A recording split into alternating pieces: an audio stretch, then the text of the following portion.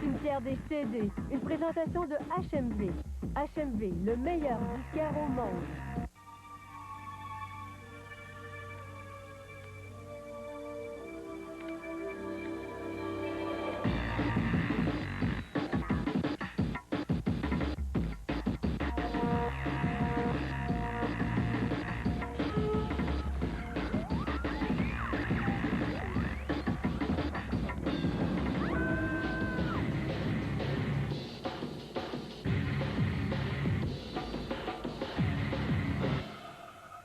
Bienvenue au cimetière des CD. Claude Rajotte, aujourd'hui un tout nouveau Destroy de Manon Brunet, celle qui fait du turlutage. Là.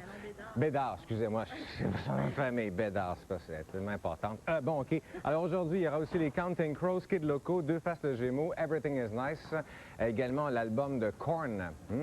Et pour commencer, le nouvel album de Fiona Apple, When the Pond Play Hits, bla bla bla. Le titre, là, c'est tout ce qui est écrit sur la pochette au grand complet et ça n'a aucun sens. Hein? Tu dis, qu'est-ce qu'elle veut dire exactement? C'est Fiona Apple et c'est une artiste qui est complètement boudée. À Montréal, il n'y a pas une station de radio, apparemment, ce qu'on m'a dit de la compagnie disque qui est juste là. Le clip ne joue pas à Musique Plus non plus. Moi, je l'ai remarqué, Fiona Apple, un peu comme vous, peut-être, au MTV Awards il y a 2 ans, lorsqu'elle avait fait vraiment... C'était très négatif. Ce qu'elle avait, c'est le venin craché là, comme ça. Là, on était comme possédés à peu près.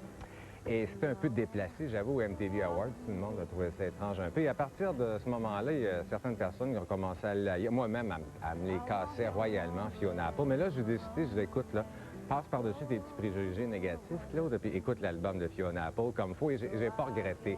Parce que, quand même, je respecte, c'est une artiste, une auteure, compositeur, interprète, elle écrit tout à 100% seule. Pour moi, c'est un artiste qui a comme plus de valeur que quelqu'un qui ne fait qu'interpréter. J'ai rien contre ceux qui interprètent, mais il me semble que ça a plus de valeur quand tu écris tes propres chansons. Et elle me fait penser un peu à Sinéad O'Connor dans son attitude. Sinéad a fait ça, elle, je veux dire, surprendre tout le monde en déchirant la photo du pape live à la TV, à Saturday Night Live, elle avait fait bien parler d'elle.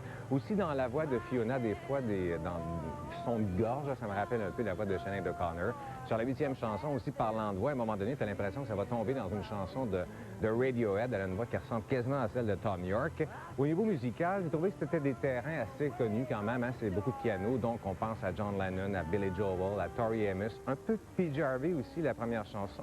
Et tout se passe au niveau des arrangements. Il y en a qui me demandent souvent qu'est-ce que c'est les arrangements. Ben, c'est les musiciens, les réalisateurs qui se retrouvent en studio qui disent « OK, on va mettre une passe de guitare ici, je ne sais pas, un petit son de clavier là, violon. » C'est ça les arrangements, en fin de compte. C'est comme la façon dont on s'habille. Hein. Si on est mal habillé, ça fait dur. Si les arrangements sont mauvais, ben, c'est pas bon, mais les arrangements sont très bien là-dessus.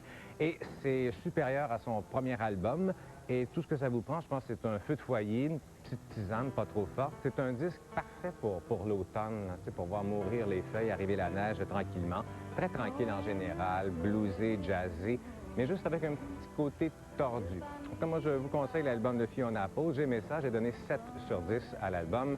Voici un extrait d'une des meilleures chansons, c'est le single « Fast as You Can ». Si vous aimez ça, achetez le restant, achetez l'album.